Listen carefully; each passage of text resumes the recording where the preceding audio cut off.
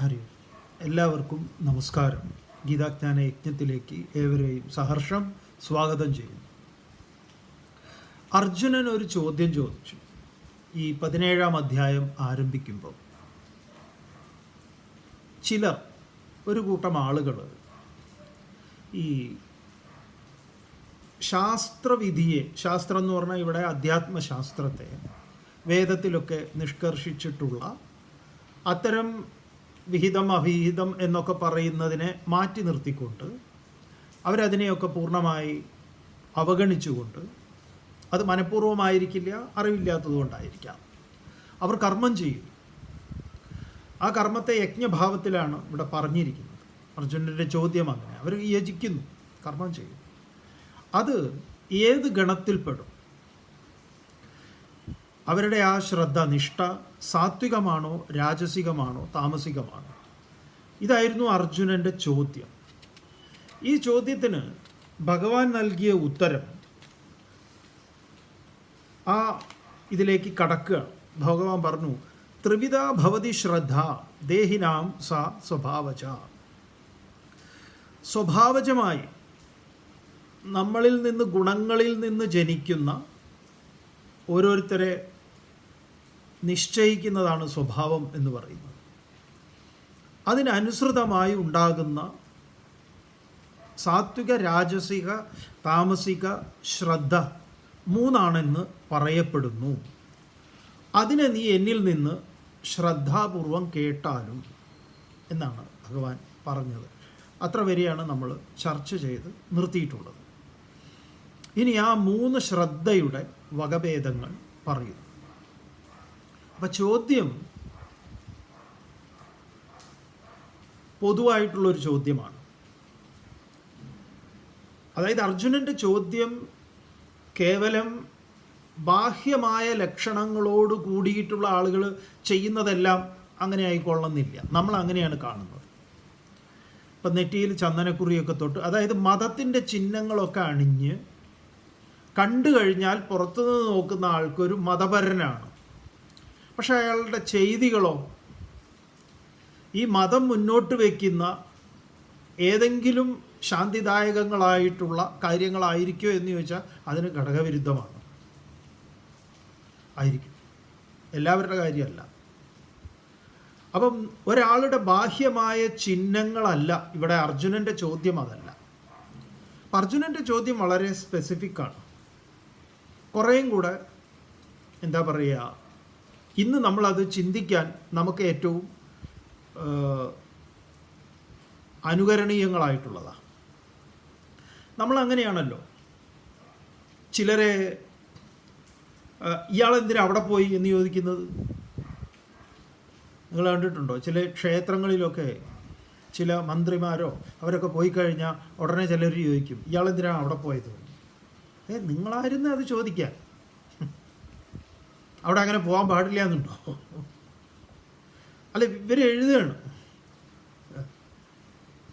അപ്പം അത്തരം മൂഢത്തരങ്ങളെല്ലാം ഇവിടെ അവസാനിക്കും. ഇവിടെ എന്താണ്? അതാണ് ശ്രീനാരായണ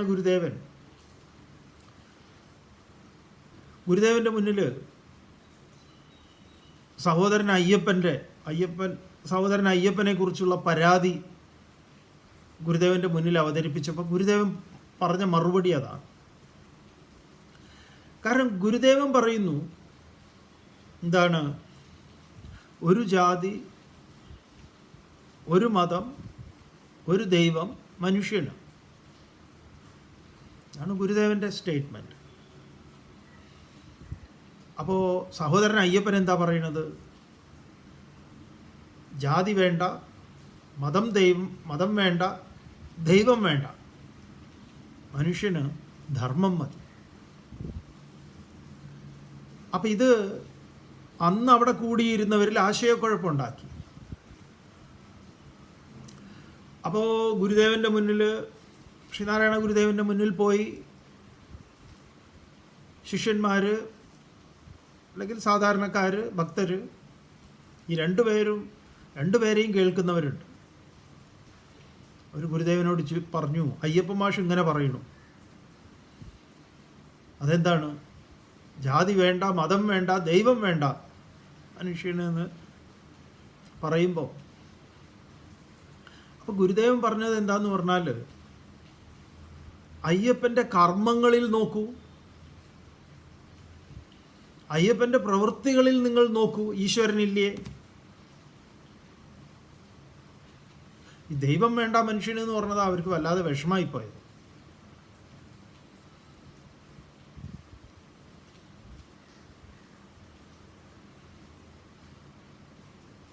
അപ്പോൾ അവിടെ ഗുരുദേവൻ തിരുത്തുന്നത് എന്താണ് അവരെ? അപ്പോൾ ഒരാൾ ചന്ദനം തൊട്ട് അമ്പലത്തിൽ പോകുന്നവർ മാത്രമാണോ ഭക്തൻ? ഭഗവത്ഗീത 12-ാം അധ്യായത്തിൽ നിന്ന് നമ്മൾ ഭക്തൻ്റെ ലക്ഷണം പഠിച്ചത് അങ്ങനെയാണോ? അപ്പം ഇവിടെ പറഞ്ഞ തസ്മാത് ശാസ്ത്രം പ്രമാണം തേ, അപ്പം ഭഗവത്ഗീതയെ ഒരു ശാസ്ത്രവും ഒരു പ്രമാണവുമായി സ്വീകരിച്ച ഒരാളെ സംബന്ധിച്ച് അയാളുടെ ഭക്തിമാർഗം എന്ന് പറയുന്നത് ഈ പറഞ്ഞ ഏകാദശി, ദ്വാദശി, ചെണ്ടയിൽ എവിടെയൊക്കെ കോലിടുന്നുണ്ടോ അവിടെയൊക്കെ പോവുക എന്നുള്ളതാണോ? അയാൾ ജീവിതത്തിലെ അമ്പലത്തിൽ പോയിട്ടുണ്ടാവില്ല, പോകേണ്ട ആവശ്യമില്ല. അതുകൊണ്ട് അയാൾ ഭക്തനല്ല എന്ന് പറയാൻ പറ്റും. ഭക്തൻ്റെ ലക്ഷണം എന്താ പറഞ്ഞത്? അപ്പം ഇത് ഈ ധർമ്മശാസ്ത്രം പഠിക്കാതെ കേവലം ബാഹ്യമായ ചിഹ്നങ്ങളിൽ മാത്രം അഭിരമിക്കുന്നതാണ് ഈ എന്താ പറയുക, ഈ മതം പേറുന്ന ഏറ്റവും വലിയ ശാപവും അത് മതം നാടിനൊരു നാശവുമായി തീരുന്നത് അവിടെയാണ്. മതത്തിൽ നിന്ന് ആധ്യാത്മികത ദൂരേക്ക് പോവുക. ആധ്യാത്മികത ഇല്ലാത്തൊരു മതം എന്ന് പറഞ്ഞു കഴിഞ്ഞാൽ അത് ചിന്തിക്കാൻ പറ്റുന്നതല്ല. പിന്നെ ഒന്നിനും കൊള്ളില്ല. അത് ഗ്യാസ് പോയ സോഡ പോലെയാണ്, പച്ചവെള്ളം. നിങ്ങൾക്ക് ആ സോഡയുടെ ഇഫക്റ്റ് കിട്ടണമെങ്കിൽ അതിൽ ഗ്യാസ് വേണം. അപ്പം അർജുനൻ്റെ ചോദ്യം ഈ പറഞ്ഞതാണ്. ഒരാളുടെ കർമ്മങ്ങളിൽ നിന്ന് എങ്ങനെയാണ് ശ്രദ്ധയെ വേർതിരിച്ചെടുക്കുന്നത്? അയാൾ സാത്വികനാണോ, രാജസികനാണോ, താമസികനാണോ? അതിനാണ് ഭഗവാൻ ഉത്തരം പറയുന്നത്.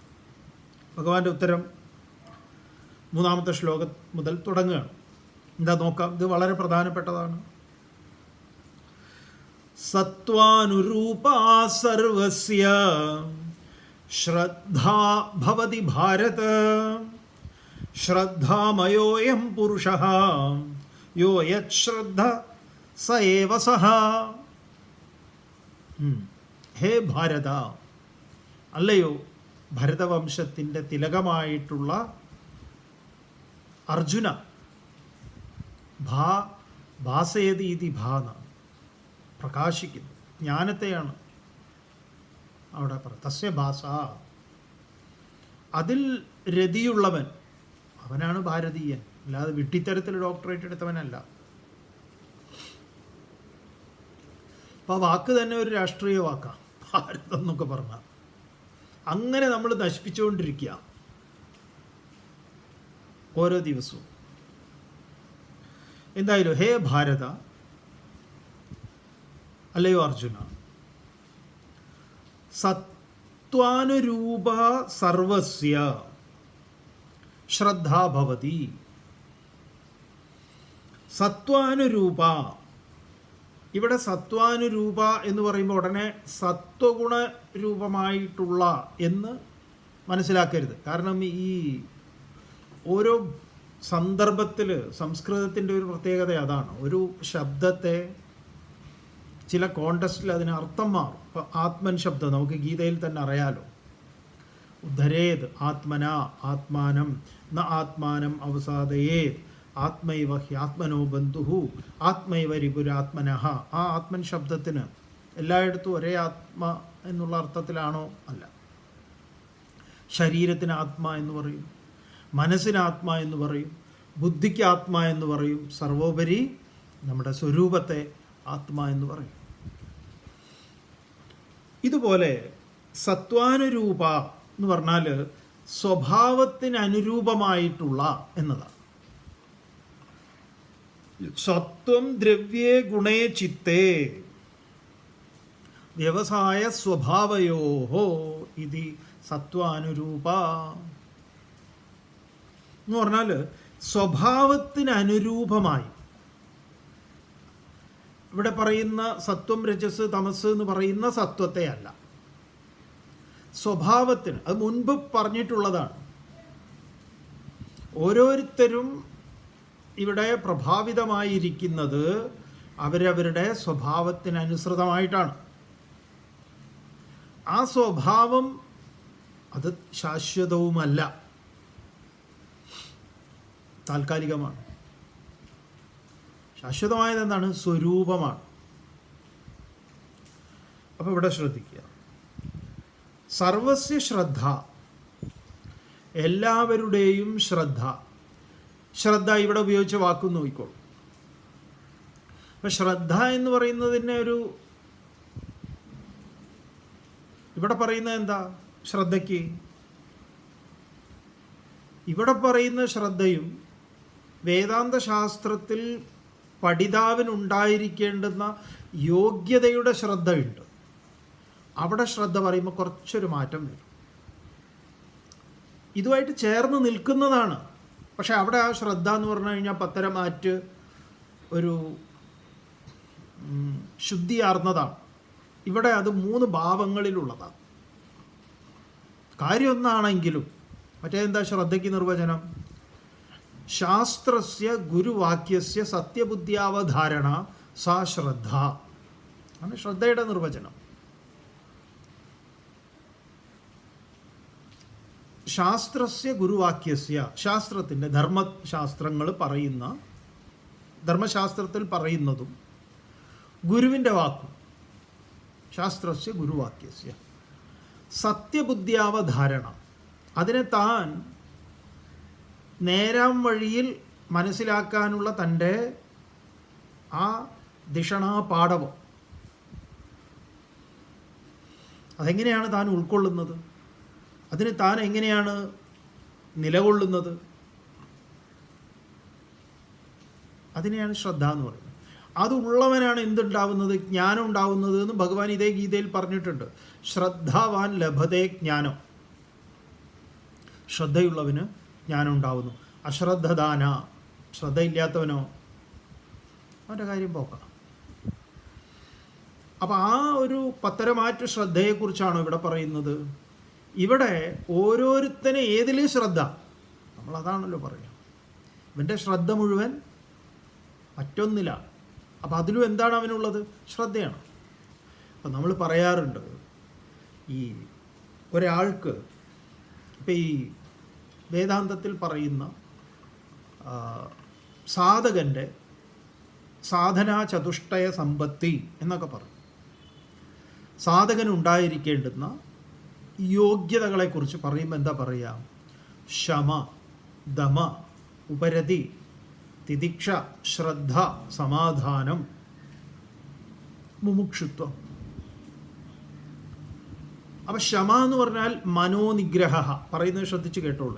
ഇത് വേറൊരു കോണ്ടസ്റ്റിലേക്ക് പറയാൻ പോവുക. ആർക്ക് വേണ്ടതാണെന്നാണ് പറയണത്? ഒരു ഈശ്വരനെ സാക്ഷാത്കരിക്കാൻ പോകുന്ന ഒരാളെ സംബന്ധിച്ചു. ഇനി ഇതേ ഗുണങ്ങൾ എങ്ങനെയാണോ ഏറ്റവും വലിയ നശീകരണം നടത്താൻ പോകുന്ന ആളുകളിൽ ഉണ്ടായിരിക്കേണ്ടത് എന്നുള്ളത് വേറൊന്ന്, നമുക്കതും കാണാം. അപ്പം ശമ ആദ്യത്തേതാണ്. ശമ, മനോനിഗ്രഹ എന്ന് പറയും. ശമ. ദമ എന്താണ്? ബാഹ്യേന്ദ്രിയ നിഗ്രഹ.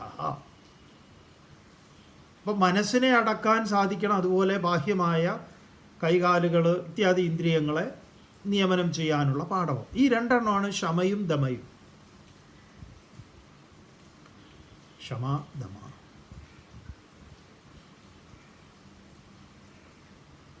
തിതിക്ഷ. തിതിക്ഷ എന്താണ്? സഹനം സർവദുഃഖാനാം അപ്രതീകാരപൂർവകം ചിന്താവിലാപരഹിതം സാ തിതിക്ഷ നിഗദ്യതേ എന്ന് പറഞ്ഞു. എല്ലാ ദുഃഖങ്ങളെയും സഹനം സർവദുഃഖാനാം അപ്രതീകാരപൂർവകം, പ്രതികാരമൊട്ടുമില്ലാതെ സഹിക്കൽ, ചിന്താവിലാപരഹിതം, മറ്റ് യാതൊരു ചിന്തയില്ല. അതിനെയാണ് തിതിക്ഷ എന്ന് പറയുന്നത്. അപ്പോൾ ശമയായി, ദമയായി, തിതിക്ഷയായി. ശ്രദ്ധ നേരത്തെ പറഞ്ഞ ശാസ്ത്രസ്യ ഗുരുവാക്യസ്യ സത്യബുദ്ധ്യാവതാരണം. ഉപരതി സ്വധർമ്മ അനുഷ്ഠാനമേവ. ശമാദമ ഉപരതി തിദിക്ഷ ശ്രദ്ധ. സമാധാനം. ചിത്തസ്യ അഗ്രേ ഏകവസ്തു വിഷയകത്വം. മനോബുദ്ധിയുടെ അഗ്രത്തിൽ ഒറ്റയൊന്നിനെ കുറിച്ച് മാത്രം ചിന്ത, മറ്റൊന്നുമില്ല. ഇതൊരു സാധകന് വേണ്ടുന്ന യോഗ്യതയാണ്. ആരാണ് ഈ സാധകൻ? സത്യാന്വേഷകൻ, ഈശ്വരാന്വേഷിക്ക് വേണ്ട യോഗ്യതയാണ്. ശരി, ഇനി ഒരു നശീകരണത്തിന് പുറപ്പെടുന്ന ഒരാൾ, ഒരു കൊടും ഭീകരൻ, ഇപ്പം നമ്മുടെ കാശ്മീരിലൊക്കെ വന്ന് ഈ ഭീകരപ്രവർത്തനം നടത്തി പോയിട്ടുള്ള ഭീകരന്മാരുണ്ടല്ലോ, പല ഭീകരപ്രവർത്തനങ്ങളും.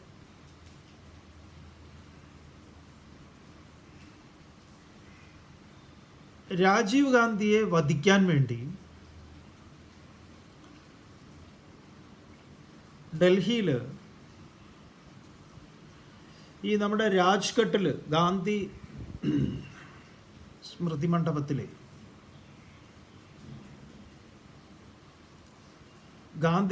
മണ്ഡപത്തിൽ ഈ പുഷ്പചക്രം എല്ലാ പ്രധാനമന്ത്രിമാരും ഗാന്ധി ജയന്തിക്കും ഗാന്ധിയുടെ സമാധിക്കും അവിടെ വന്ന് ചെയ്യും.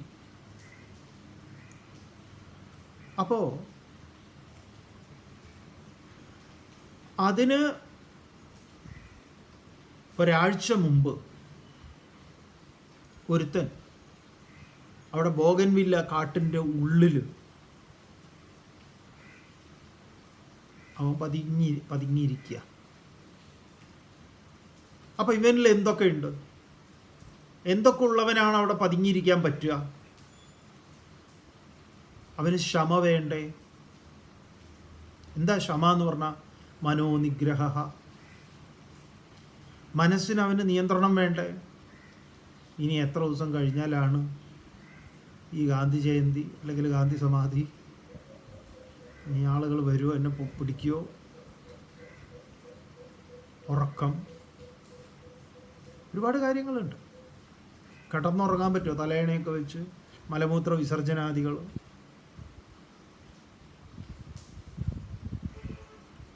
അപ്പോൾ ഇവന് ക്ഷമ വേണ്ടേ? വേണം ക്ഷമ. ദമ, ബാഹ്യേന്ദ്രിയ നിഗ്രഹം വേണ്ടേ? വിശപ്പിനവൻ അണ്ടിപ്പരിപ്പും ഒരു പാക്കറ്റ് അണ്ടിപ്പരിപ്പുമായിട്ടാണ് അവൻ പോയിരുന്നത് എന്നാണ്. ചില്ലറ ഡ്രൈ ഫ്രൂട്ട്സ്, അണ്ടിപ്പരിപ്പ്, ഏത്തപ്പഴം, ഇങ്ങനെയുള്ള സാധനങ്ങളാണ്. കുറച്ച് വെള്ളം, ഒരുപാടൊന്നുമില്ല. അപ്പോൾ ഇവനിൽ ക്ഷമ വേണോ? വേണം, 100% വേണം. ദമ വേണോ? 100% വേണം. ക്ഷമാധമ. തിദിക്ഷ അതിൻ്റെ മൂർധന്യമാണ്. ശീതോഷ്ണ സുഖ ദുഃഖേഷു ദ്വന്ദ്വ സഹിഷ്ണുത്വം. ഉപരതി സ്വധർമാനുഷ്ഠാനമേവ. എന്തിനാണ് താൻ ഇതിൻ്റെ ഉള്ളിലിരിക്കുന്നത്? അതിനെക്കുറിച്ച് നല്ല ചിന്ത. അപ്പം ക്ഷമയുണ്ട്, ദമയുണ്ട്, ഉപരതിയുണ്ട്, തിദിക്ഷയുണ്ട്, സമാധാനം. ചിത്തസ്യ അഗ്രേ ഏകവസ്തു വിഷയകത്വം. ദേഹത്തെ കൊല്ലുക എന്നുള്ളത് മാത്രം. എല്ലാ നശീകരണ പ്രവർത്തനങ്ങളിൽ ഏർപ്പെടുന്ന ഒരു കള്ളന് പോലും ഉണ്ട്. ഈ കള്ളന് പോലും, നല്ല കള്ളന് ഈ യോഗ്യത വേണേ. അതെന്തിനുപയോഗിക്കുന്നു എന്നുള്ളതാണ്. അപ്പം അതാണ് ഇവിടെ മനസ്സിലാക്കേണ്ടത്. എന്തിനാ ഇത് പറഞ്ഞു തന്നതെന്ന് ചോദിച്ചു കഴിഞ്ഞാൽ, ശ്രദ്ധ എന്ന് പറഞ്ഞാൽ ഒറ്റയിടത്തേക്ക് മാത്രമല്ല. അപ്പം ഈ ശ്രദ്ധയ്ക്ക് 3 തലങ്ങളുണ്ട്. സാത്വിക ശ്രദ്ധ, രാജസിക ശ്രദ്ധ, താമസിക ശ്രദ്ധ. അതാണ് ഇനി അതിലേക്കാണ് ഇങ്ങനെ വരുന്നത്. അല്ലാതെ നിങ്ങൾ ശ്രദ്ധ എന്ന് പറഞ്ഞ് ഒരിടത്ത് സ്റ്റിക്ക് ഓൺ ചെയ്യരുത്. അതൊരു പോസിറ്റീവാണ് എന്നുള്ളത്. അതിനാണ് ഈ രണ്ടും പറഞ്ഞത്. സാധകൻ്റെ കാര്യവും പറഞ്ഞത്, ഈ ഭീകരന്മാരുടെ കാര്യം പറഞ്ഞു. അതുകൊണ്ട് ഭീകരവാദികളൊക്കെ തന്നെ ഈ ഗുണങ്ങളുള്ളവരാണ്. അവരെ ഒന്ന് ഷെയ്പ്പ് ചെയ്ത് കഴിഞ്ഞാൽ പെട്ടെന്നാണ് മോക്ഷം. കാരണം സാധാരണ സാധകർക്ക് ഇല്ലാത്തതുണ്ട് അവർക്ക്. അവരെ ഇതിൽ പിടിക്കപ്പെട്ട് കഴിഞ്ഞാൽ അവരെ ടോർച്ചർ ചെയ്യുമ്പോൾ അവരെന്തെങ്കിലും തുറന്നു പറയുമോ? നമ്മളൊക്കെ ചൂരിൽ കണ്ടാൽ എല്ലാം വിളിച്ചു പറയും. ഈ ഭക്തൻ എന്നൊക്കെ പറയുന്നവനെ ഇഞ്ചക്ഷൻ ചെയ്യാൻ പേടിയാ. ഭയങ്കര എന്താ പറയുക, ഭക്തനും കാര്യങ്ങളും ഒക്കെയാണ്. ഞാൻ ദേഹമല്ല എന്നൊക്കെ ഏതുകാരും പാടും. ശിവോഹം ശിവോഹം മനോബുദ്ധി അഹങ്കാര ചിത്താനി നാഹം.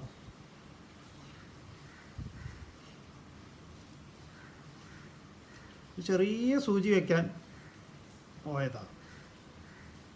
അവിടെ എന്താണ്, ബോധം കെട്ട് വീണുപോയി സൂചി കണ്ടപ്പോൾ. ഒന്നുമില്ലെന്നേ, ഒരു കൊതുക് അടിക്കുന്ന വേദന പോലും ഉണ്ടാവില്ല.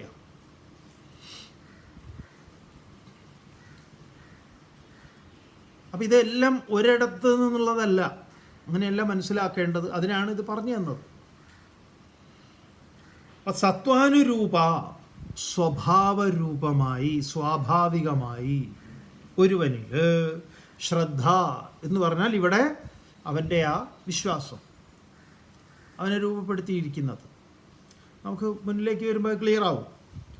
അപ്പം സർവസ്യ ശ്രദ്ധ, ഓരോരുത്തരുടെയും ശ്രദ്ധ സത്വാനുരൂപ, സ്വഭാവത്തിൽ നിന്ന് ജാതമായ ആ സ്വഭാവാനുരൂപമായിട്ട് ഭവതി, ഭവിക്കുന്നു. എന്തുകൊണ്ടെന്നാൽ അയം പുരുഷ, ഈ പുരുഷൻ ശ്രദ്ധാമയ, ഇവൻ അതിൽ മയനാണ്, ശ്രദ്ധാമയനാണ്. നല്ലൊരു ഉദാഹരണം പറയും വേദാന്തത്തിൽ ഇതിന്. നമുക്കിത് അങ്ങോട്ട് ഈ ശ്ലോകം പൂർത്തീകരിച്ചിട്ട് അത് പറയാം. അപ്പം ശ്രദ്ധാമയ, ഇവൻ അതിൽ ശ്രദ്ധാമയനാണ്. അതുകൊണ്ട് യഹ, യാതൊരുവൻ, യത് ശ്രദ്ധ, യാതൊരു ശ്രദ്ധയാണോ അവനുള്ളത്, സഹ, അവൻ, സ ഏവ, അതായി അവൻ ഇരിക്കും.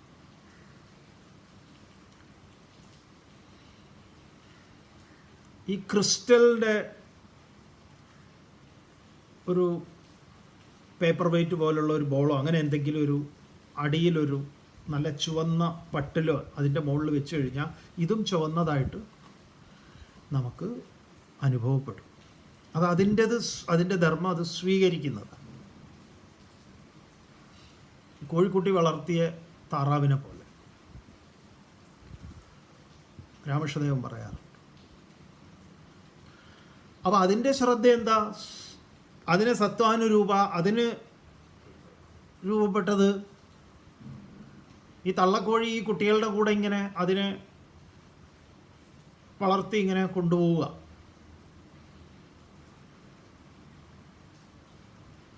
അങ്ങനെ ഈ ചെറിയ തടാകക്കരയിൽ ഇരുന്നത് ഈ കോഴിയും മക്കളും ഓരോ പ്രാണികളെയൊക്കെ ശേഖരിക്കുമ്പോൾ ഈ കുട്ടി, താറാവിൻ്റെ കുട്ടി എന്താ ചെയ്തത്? പതുക്കെ പോയി വെള്ളത്തിലേക്ക് ഇറങ്ങിയിട്ട് അതങ്ങനെ പോകണം. മറ്റേ കോഴിക്കുട്ടികളൊക്കെ അത്ഭുതത്തോടു കൂടി നോക്കുക, അമ്മേ ഞങ്ങൾക്ക് എന്താ ഇങ്ങനെ പോകാൻ പറ്റാത്തത്? ഈ അമ്മയ്ക്കറിയാം. നമ്മൾ പറയും പാവ അത് വിഡ്ഢിയായതുകൊണ്ട് ഇതിനെ വിരിയിപ്പിച്ചു എന്നൊക്കെ. നമ്മളെന്തുകൊണ്ട് ഈ കുട്ടിയിൽ ഈ അമ്മയ്ക്ക് അത്രയും ശ്രദ്ധ ഉള്ളതുകൊണ്ടാണ് ഈ കോഴി എന്ത് ചെയ്തത്? ആ നദിയുടെ ആ വെള്ളത്തിൻ്റെ തടാകത്തിൻ്റെ കരയിലേക്ക് തന്നെ ഈ മറ്റു കുട്ടികളെയും കൂടെ കൊണ്ടുപോയത്. അങ്ങനെയാണ് നമ്മൾ ചിന്തിക്കേണ്ടത്. അതാണ് പ്രകൃതി. മറ്റേതൊക്കെ നമ്മുടെ ചിന്തയാണ്, സെൽഫിഷായിട്ടുള്ളത്. പാവ ഈ കോഴി അറിഞ്ഞില്ല ഇത് താറാവാണ്, അങ്ങനെ വളർത്തി. അതൊക്കെ നമ്മുടെ മാനുഷികമായ ചിന്തകളാണ്. അത് ഏറ്റവും അധമവുമാണ്. എല്ലാവരും അങ്ങനെയല്ല, എന്നാലും നമ്മളങ്ങനെ കാണും. ഈ ചിന്മയാനന്ദ സ്വാമികൾ പറയുന്ന നല്ലൊരു തമാശയുണ്ട്. എന്താന്ന് പറഞ്ഞാൽ, നമ്മൾ ഈ നമ്മുടെ നായയെ, വളർത്തു നായയെ കാറിലൊക്കെ ഇങ്ങനെ കയറ്റിയിട്ട് ഇങ്ങനെ കൊണ്ടുപോകും. അപ്പോൾ ഈ ചില റോഡിൻ്റെ സൈഡിലൊക്കെ ബ്ലോക്കോ ട്രാഫിക് ലൈറ്റോ ഒക്കെ വരുമ്പോൾ വണ്ടി നിർക്കും. അപ്പോൾ ഈ തെരുവ് നായ്ക്കൾ അവിടെ തെരുവിൽ അവിടെ ഉണ്ട്. അപ്പോൾ ഈ തെരുവ് നായ സ്വാഭാവികമായിട്ടും ഈ നായയെ കാണുമ്പോൾ നോക്കും. ഈ നായ തെരുവ് നായ്ക്കളെയും നോക്കും ആകാംക്ഷയോട് കൂടിയിട്ട്. അപ്പോൾ ഈ നായയുടെ ഓണർ വണ്ടിയിലിരിക്കുന്നുണ്ട്. അവരുടെ ചിന്തയാണ്, അവർ ചിന്തിക്കുക അത്രേ. ഈ നായ്ക്കളൊക്കെ പാവം ഇതിനെ കണ്ടിട്ട് അസൂയപ്പെടുകയാണ്. കാരണം ഞങ്ങൾക്ക് ഇങ്ങനെ കാറൊന്നും ഇല്ലല്ലോ ഇങ്ങനെ കൊണ്ടുപോവാൻ, ഞങ്ങൾക്ക് ഇങ്ങനെ ഒരു യജമാനത്തിയൊന്നും ഇല്ലല്ലോ എന്ന്. വാസ്തവത്തിൽ സ്വാമിജി പറയുന്നതാണ്, വാസ്തവത്തിൽ ഈ ചിന്ത ആരുടെയാണ്? നായയുടെ ചിന്തയാണോ? അല്ല. നായയുടെ ചിന്ത എന്താ? തെരുവിലെ നായയുടെ ചിന്ത, അയ്യോ പാവം നമ്മുടെ കൂട്ടത്തിൽ ഒരുത്തനെ ഇതാ കൊല്ലാൻ കൊണ്ടുപോകണം. കാരണം അവർക്ക് ഈ വണ്ടി, ഈ കോർപ്പറേഷൻകാരൊക്കെ വണ്ടിയിൽ ഇതിനെ പിടിച്ചു കൊണ്ടുപോകുമ്പോൾ ഇവന്മാർക്കറിയേ ഇവർ ഓടി രക്ഷപ്പെടുന്നതാ. അപ്പോൾ ഇവരെന്നെ ഒരു കരുതലോട് കൂടിയാണ് നിൽക്കുന്നുണ്ടാവുക, എടാ നമ്മളെയും പിടിക്കുമോ ഇയാൾ ഇതിൻ്റെ ഉള്ളിലേക്ക് ഇടുമോ എന്നാ. ഇതാണ് ആ തെരുവിലെ നായ്ക്കളുടെ ചിന്ത. പാവം അവൻ ഈ ഇതിൽ പെട്ടുപോയല്ലോ എന്ന്. തെരുവിലെ നായ്ക്കൾ അങ്ങനെയാണ് ചിന്തിക്കുക. ഇനി ഈ നായ എങ്ങനെയാണ് ചിന്തിക്കുക? ഓ, അവരെത്ര ഭാഗ്യവാന്മാർ, അവർക്ക് എന്തൊരു സ്വാതന്ത്ര്യമാണ്. എൻ്റെ ഒരു അവസ്ഥയോ, എന്നെ ഏത് നേരം ഇങ്ങനെ എന്താ കഴുത്തിൽ തൊടലിട്ട് ഇപ്പം തന്നെ ഡോക്ടറെ അടുത്തേക്ക് കൊണ്ടുപോവുക. ഇതാണ് നായയുടെ ചിന്ത. ഇത് ഉള്ളിലെ നായയുടെ ചിന്ത. മറ്റത് നമ്മുടെ ചിന്തയാണ്. ഈ നായ്ക്കളൊക്കെ എൻ്റെ നായയെ കണ്ട് അസൂയപ്പെടുന്നു എന്നുള്ളത് നമ്മുടെ ചിന്ത. അത് നായയിൽ നമ്മൾ ആരോപിക്കുന്നതാണ്. നമ്മളങ്ങനെ കുറേ മൃഗങ്ങളുടെ പേരിലൊക്കെ ആരോപണങ്ങൾ ഇഷ്ടംമാതിരി ഉണ്ടാക്കിയിട്ടുണ്ട്. മൃഗങ്ങളുടെ കഥകളൊക്കെ പറഞ്ഞിട്ട്. ചതിയനായ കുറുക്കൻ, നമ്മളെന്താ കുറുക്കൻ ചതിച്ചത്? അയാൾ എന്തെങ്കിലും ചിട്ടി കമ്പനി നടത്തിയോ? അപ്പോൾ നമ്മളെന്തെങ്കിലും അതിൽ വെച്ച് എന്തിനാ നമ്മൾ ഈ കുറുക്കനെ ചതിയെന്ന് പറയണത്? എന്ത് ചതിയാ കുറുക്കൻ നമ്മളോട് ചെയ്തത്? കുറുക്കൻ മുന്തിരിക്ക് ചാടി, അങ്ങനെ ജമ്മത്ത് കുറുക്കൻ്റെ ജീവിതത്തിൽ അങ്ങനെ ഉണ്ടായിട്ടില്ല. കുറുക്കൻ ചാടിയത് കോഴിക്ക് നേരെയാണ്, അത് കോഴിയെ കുറുക്കൻ പിടിച്ചിരിക്കും. കുറുക്കനെ നമ്മളങ്ങനെ അധിക്ഷേപിക്കേണ്ട കാര്യമൊന്നുമില്ല. പക്ഷേ കുട്ടിക്കാലം മുതൽ നമ്മൾ ഇങ്ങനത്തെ ഓരോ പൊട്ട കഥകൾ പഠിപ്പിച്ചു വെച്ചിട്ടുണ്ട്. കൊറ്റിക്ക് സൂപ്പ് കൊടുത്തതും മറ്റേ എന്താ വായിൽ മുള്ളെടുത്തതും പ്രത്യുപകാരവും, ഈ കഥകളോടൊന്നും നമുക്ക് ഒരു യോജിപ്പില്ല. മൃഗങ്ങളെക്കുറിച്ച് നമുക്ക് പഠിപ്പിക്കാം, അതിനെക്കുറിച്ച് നല്ല നല്ല എന്താ പറയുക ആനിമൽ പ്ലാനറ്റും അതും ഇതുമൊക്കെ നമുക്ക് കുട്ടികൾക്ക് കാണിച്ചു കൊടുക്കാം. അല്ലാതെ ഈ പൊട്ട കഥകളൊന്നും നമ്മൾ കുട്ടികൾക്ക് വായിച്ചു കൊടുക്കുക തന്നെ ചെയ്യരുത്. അതിൽ നിന്ന് ഇവരൊക്കെ ഇങ്ങനെ, പിന്നെ അതിൽ നിന്നൊക്കെ സ്വതന്ത്രമാവാൻ എന്തൊരു ബുദ്ധിമുട്ടാണെന്നറിയോ? കുറുക്കനെ കുറിച്ചൊക്കെ കുട്ടികൾ അങ്ങനെയാണ് ചിന്തിക്കുന്നത്. കുറുക്കൻ, ചില മൃഗങ്ങളുണ്ട്, അതൊക്കെ വളരെ നെഗറ്റീവായിട്ടുള്ള, നമുക്ക് ഏറ്റവും വലിയ താല്പര്യമുള്ളത് ചിലപ്പോൾ എന്താ പറയുക മുയൽ, അതുപോലെ ഈ പശു, ആട്, പിന്നെ ഈ ആന. പാവം, അതാണ് നമ്മുടെ കഷ്ടപ്പാട് അനുഭവിക്കുന്ന വേറൊരു ജീവി. മറ്റേതൊന്നും നമ്മൾ കുറേ എണ്ണുന്നുണ്ട്, എന്താ പറയുക ക്രൂര ജന്തുക്കൾ എന്നൊക്കെ പറയുന്നത്. ആ എന്ത് ക്രൂരതയുള്ളത്? നമുക്കാണ് ക്രൂരത. അവരവരുടേതായിട്ടുള്ള ഈ പറഞ്ഞ സ്വഭാവത്തിനനുസരിച്ച് അവർ പ്രവർത്തിക്കുന്നു.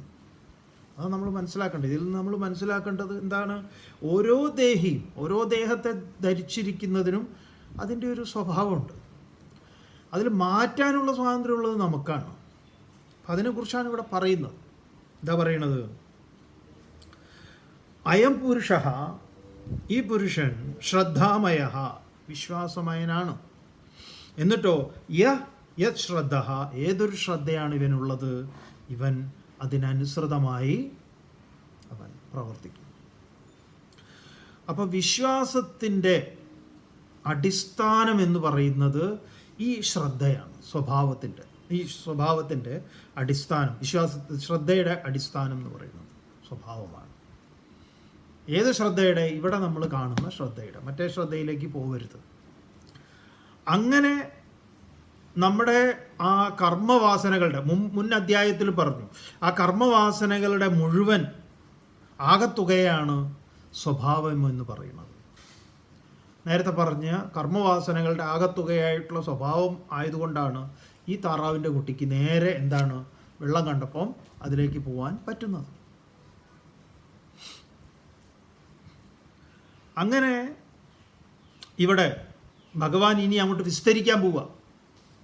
എന്താ പറയണത്?